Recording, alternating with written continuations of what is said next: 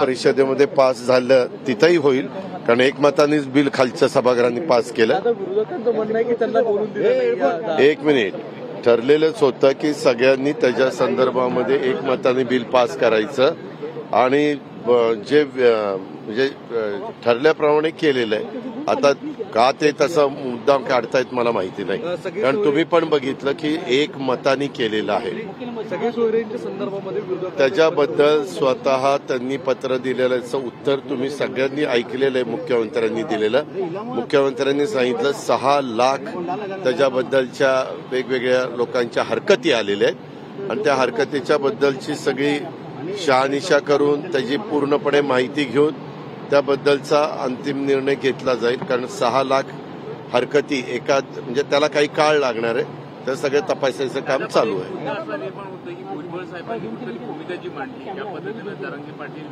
तिथं आम्हाला कुणालाही काही ऐकू आलं नाही, कारण गोंधळ चाललेला होता सभागृहामध्ये. त्या संदर्भामध्ये त्यांनी काय भूमिका मांडली, कारण बिल तर पास झालेलं होतं, सगळं काही झालेलं होतं. त्यांनी पहिल्यांदा शांत असताना एवढंच आमच्या कानावर आलं की माझ्या स्वतःच्या जीविताला धोका आहे, मला धमक्या येत आहेत, त्यामुळं मला काही बोलायचे.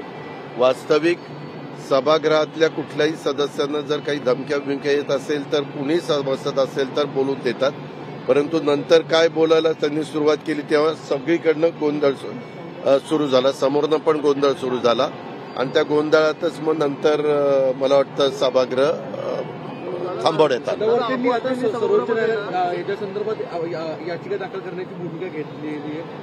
तेव्हा का लोकशाहीमध्ये कुणी काय करावं हा संविधानाने आणि घटनेने अधिकार प्रत्येकाला दिलेला आहे.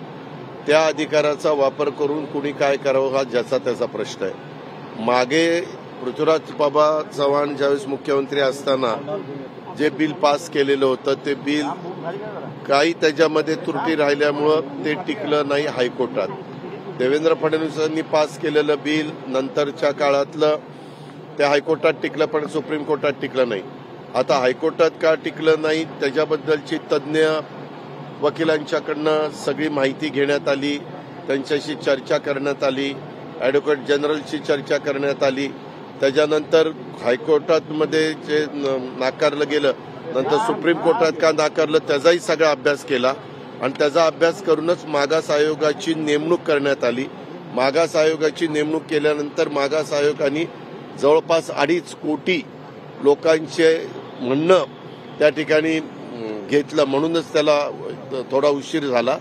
आणि ते म्हणणं घेऊनच बाबा राजकीय दृष्ट्या नाही पण सामाजिक दृष्ट्या आणि शैक्षणिक दृष्ट्या हे बिल पास करायचं असं ठरवलं. सगळ्यांनी त्याला मान्यता दिली, कारण आज दुपारी हाऊस सुरू व्हायच्या आधी राज्यपालांचं अभिभाषण झाल्यावर अध्यक्ष महोदयांनी सगळ्या गटनेत्यांना बोलवलेलं होतं आणि सगळ्यांच्या बरोबर चर्चा केली. सगळेच म्हणाले की या संदर्भामध्ये एकमताने आपण हे बिल पास करू, खाली पण आणि वर पण. आणि फक्त मुख्यमंत्र्यांनी ते बिल मांडायचं होतं म्हणून मुख्यमंत्र्यांनी बिल मांडलं आणि त्यांना जी काही भूमिका त्याच्यामध्ये मांडायची होती ती पण बिलाच्या माध्यमातून त्यांनी सभागृहाच्या समोर आणि सभागृहाच्या मार्फत जनतेच्या समोर ठेवली.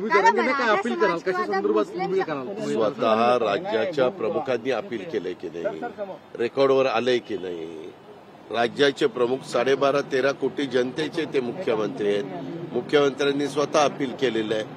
आता अपील केल्यानंतर म्हणजे प्रतिसाद द्यायचा नाही द्यायचा ज्याचा त्याचा प्रश्न आहे.